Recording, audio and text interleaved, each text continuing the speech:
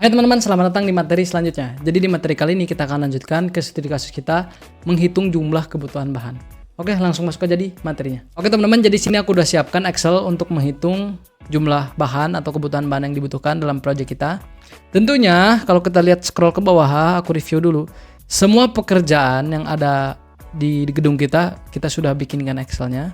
Jadi teman-teman tinggal sesuaikan aja dengan kebutuhan teman-teman nantinya.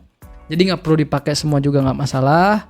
Tapi kalau misalkan format teman-teman udah mirip-mirip dengan ini, pasti udah tinggal pakai aja sih. Nah contoh di sini ya. Jadi di sini aku kasih contoh aja, nggak semua aku jelaskan karena banyak banget kalau kita lihat sampai ribuan ini, sampai 1000 nih, sampai 1000 sheet, ya sampai 1000 baris. Jadi ini bakal banyak banget. Jadi di sini aku contohkan. Aku jelaskan dulu Excelnya, baru aku contohkan. Nah, jadi kalau yang pekerjaan-pekerjaan ini, untuk nilai koefisien ini udah diambil dari koefisien yang ada di sini. Jadi teman-teman bisa cek aja nanti untuk nilai koefisiennya. Untuk volume pekerjaan sudah diambil dari yang gedung ini, volume yang di gedung sini. Nah, volumenya udah ambil dari yang sini. Jadi udah ada semua, dia udah nge-link. Nah contoh ya, kalau di sini pekerjaan sementara pagar misalkan. Pagar itu kan kalau kita lihat koefisien bahannya ini ada beberapa item mulai dari kaso, papan, paku, semen, pasir, kerikil, air, dan residu. Nah ini per apa kalau pekerjaan persiapan ini? Kalau pagar sementara itu, kita lihat di sini per meter lari ya.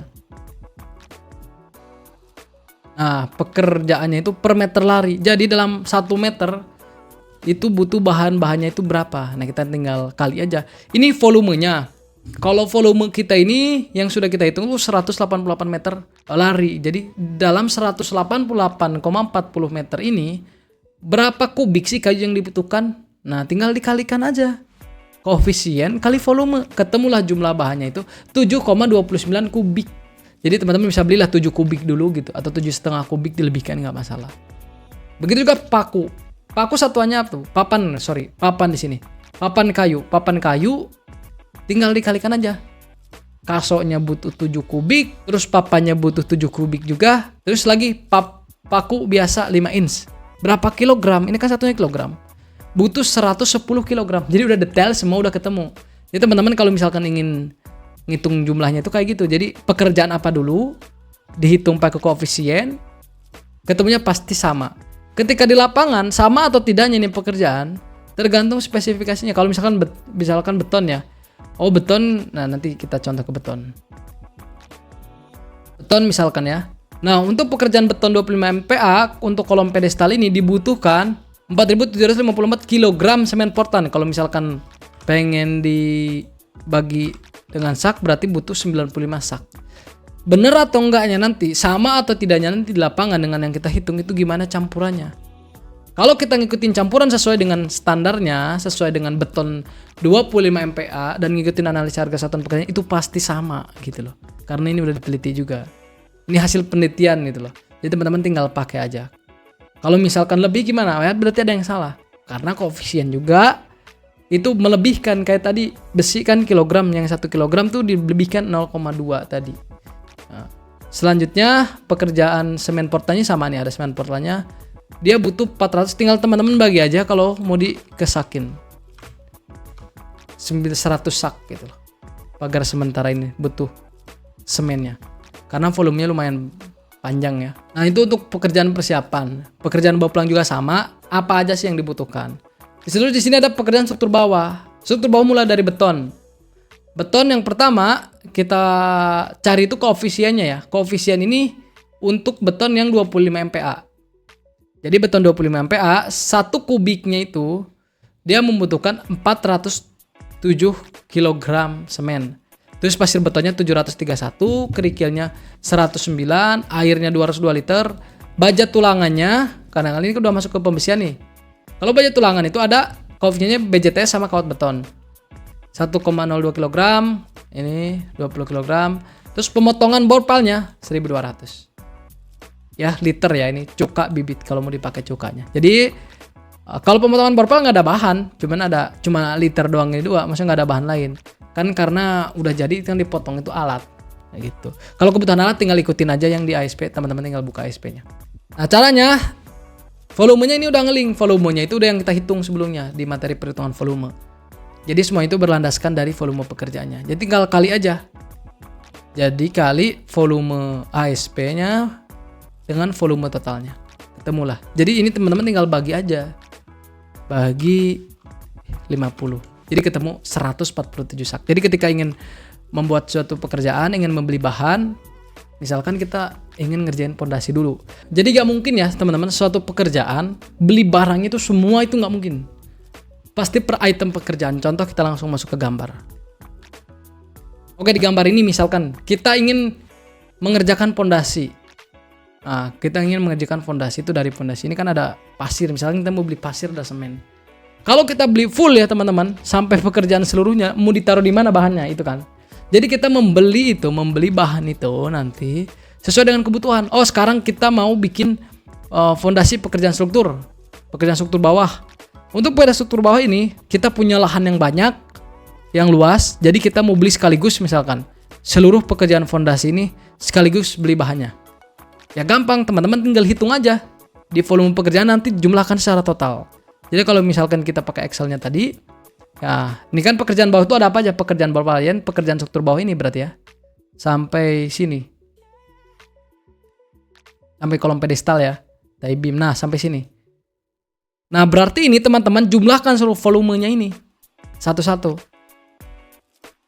Nah, sorry. Segini. Jadi volume yang ini, nanti volume yang kilogram. Jadi ini ditambah yang ini. Contoh ya. Ini misalkan, teman-teman tambahkan dengan yang ini. Terus tambahkan lagi yang betonnya ya, contohnya ini. Ini. Lihat yang semen-semennya tambahkan satu-satu. Ini kan semen semua nih.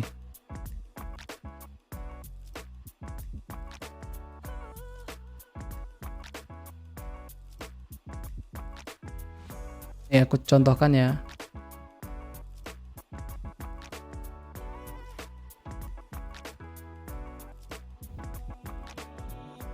Nah, jadi untuk pekerjaan sak bawah ini butuh semennya segini, 56.000, tinggal bagi ke sak. 1121. Tapi kan kalau proyek besar bukan sak-sak yang kecil yang dibeli ya. Pasti nggak dibeli sak-sakan kecil ini, ada yang besar nanti dibelinya itu. Jadi kayak gitu cara perhitungannya. Jadi tinggal jumlahkan aja. Teman-teman, pekerjaan mana aja nanti tinggal dijumlahkan. Yang ini prinsipnya koefisiennya udah di semua di sini. Volumenya udah masuk di sini. Ini udah tinggal jumlah kilogramnya. Tinggal konversi ya, teman-teman. Misalkan ini kilogram ke sak, tinggal dibagi aja. Nanti coba aku update ya. Nanti coba aku update lagi Excelnya biar di sini ada satuan-satuannya. Misalkan nih teman-teman mau ke sak jadi sak gitu. Terus yang pasir beton kan nggak mungkin belinya kilogram. Kita kan bang nanti nggak beli kilogram, kita beli berapa truk gitu kan, berapa kubik. Nah, itu yang ngebagi. Nah, ini kan kilogram nih. Nanti ganti ke kubik, dari kubik ganti ke berapa truk sih. Nah gitu, nanti bisa. Nanti aku coba buatkan ya di samping sininya. Gitu, untuk jumlahnya. Nah gitu. Begitu juga pekerjaan yang lain teman-teman. Tidak hanya pekerjaan struktur, pekerjaan sektor pun sama. Ini udah ada satuannya. Kalau ini, ingat, satuan yang ini tuh ngikut yang di sini. Jadi teman-teman tinggal perhatikan ini aja. Karena ini koefisien, ini volume, ini satuannya sama dengan yang ini meter lari. Jadi kalau mau diubah, tinggal diubah berapa gulung misalkan untuk kabelnya. Ya udah tinggal ubah satu gulung itu berapa meter. Gitu, tinggal dibagi, udah kelar. Jadi gitu teman-teman untuk perhitungan kebutuhan bahan sangat sederhana dan simple. Jadi kita udah ada ASP-nya, jadi kita tinggal aplikasikan. Lagi-lagi nggak jelaskan semua karena ada 1000 baris. Jadi teman-teman kalau misalkan bingung menghitung jumlah kebutuhan bahannya, tinggal langsung aja WhatsApp ke aku. Nah jadi gitu aja teman-teman untuk perhitungan jumlah bahan yang dibutuhkan. Lagi-lagi sekaligus sampaikan ketika kita menghitung jumlah kebutuhan bahan ini di lapangan nanti, tidak semuanya langsung dibeli. Tidak semuanya kita beli semen untuk seluruh gedungnya, enggak. Pasti per item pekerjaan. Oke, sekarang ngerjain struktur bawah, pasti beli untuk struktur bawah dulu.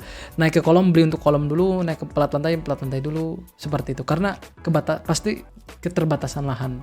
Bayangkan kita harus punya gudang sebesar apa untuk nyimpan itu semen kalau misalkan kita langsung beli semuanya.